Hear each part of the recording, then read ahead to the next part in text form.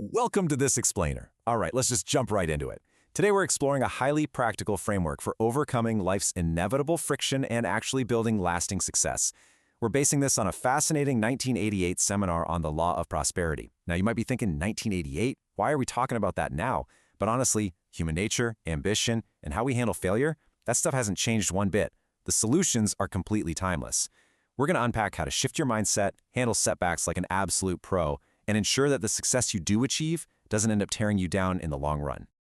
We've all seen it, right? It is incredibly frustrating when hardworking, genuinely well-meaning people just hit a massive wall in their lives or careers. So we're going to validate that struggle today and look at exactly why it happens.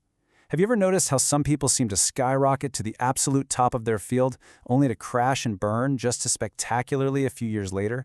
It's honestly heartbreaking to watch.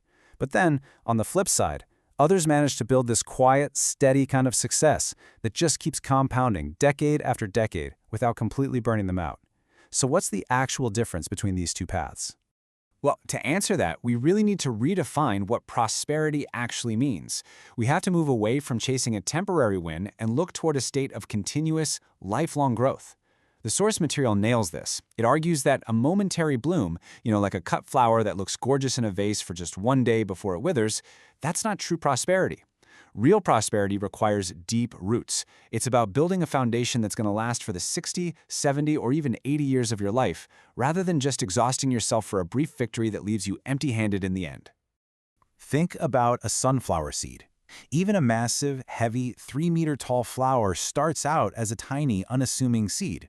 Our minds work exactly the same way. If you look at a tiny seed in the palm of your hand, you can't immediately see the giant, vibrant flower it's destined to become. The grand visions, the quiet ambitions, the specific hopes we repeatedly plant in our minds, those are the literal seeds of our future prosperity. But as any gardener will tell you, planting the seed is really just step one.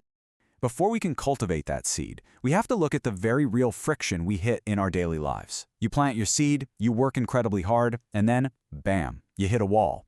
A colleague opposes you, a business idea flops, a huge client drops you, or, and this one hurts, you have to watch a peer get promoted way ahead of you. It feels incredibly unfair. You might be wondering, why does this friction happen if our thoughts and actions are pointed in the right direction?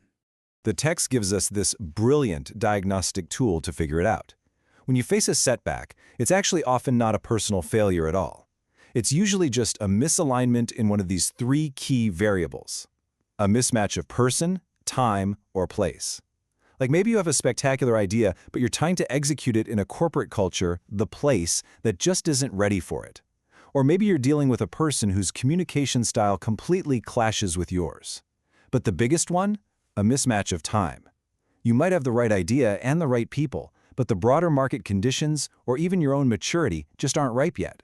When you don't understand these mismatches, it's so easy to let that manifest as profound negative friction. The source points out something really fascinating here. When we lack the basic recognition to understand someone else's background or the true nature of our environment, we automatically interpret that friction as malice. We start genuinely believing that our boss or our competitors or even the universe are just evil and out to destroy us. But the reality? It is almost never malice. It's just friction caused by poor timing or poor alignment. Let's really look at that elusive time variable for a second. The text gives a highly relatable corporate example. Imagine 2 colleagues up for a management role. One gets it in April. The other is devastated. And because they're devastated, they panic. They start complaining to everyone, acting out, desperately trying to force a lateral move just to prove a point. They literally dig their own grave. But here's the profound truth.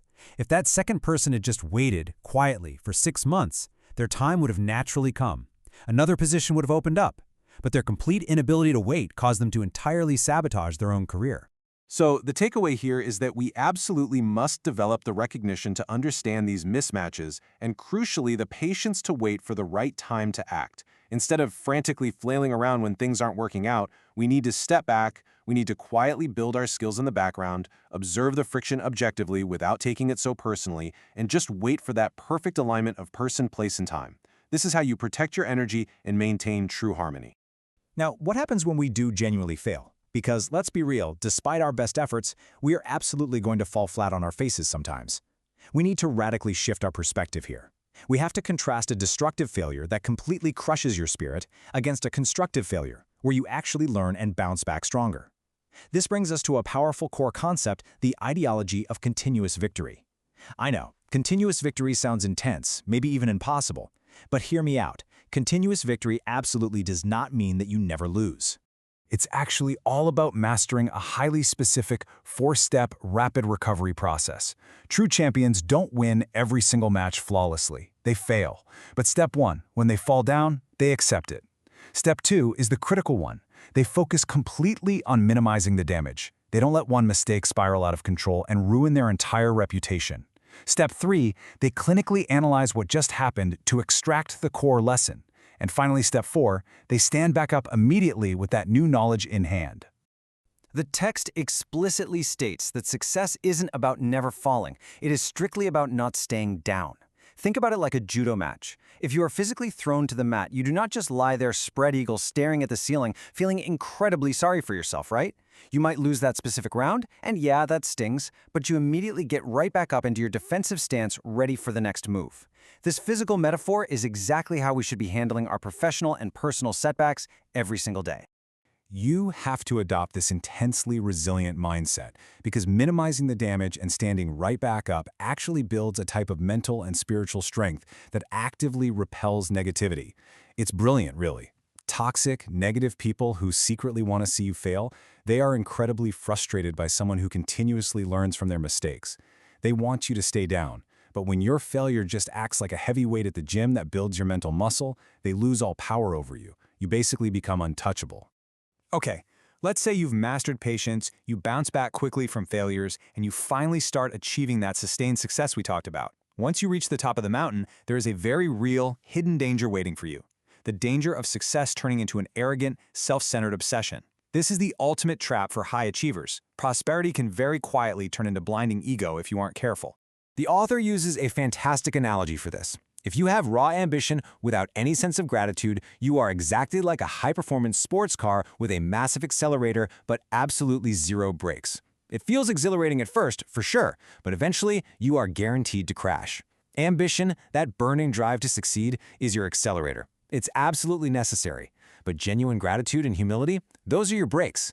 They are what allow you to actually navigate the steep, winding roads of life safely without spinning completely out of control. It beautifully points out that our invisible helpers in life don't need our money or our food. They simply thrive on our genuine gratitude. Think about all the people who have supported you behind the scenes. Mentors who took a chance on you, supportive colleagues, patient family members. They aren't looking for a transactional payback. Recognizing that your success isn't entirely your own doing is the ultimate safeguard against toxic arrogance. You realize you're just one part of a much larger web of support, and that keeps your ego firmly in check. To make sure our prosperity doesn't eventually decay, we have to actively practice repayment through 3 distinct forms of giving back. First is material offering. Basically, being generous with your resources to help causes you believe in. Second is respect offering, consistently showing genuine courtesy and deep reverence to others and the world around you. And third is practice offering, sharing the positive truths and hard-won lessons you've learned to actively uplift others, like mentoring someone just starting out.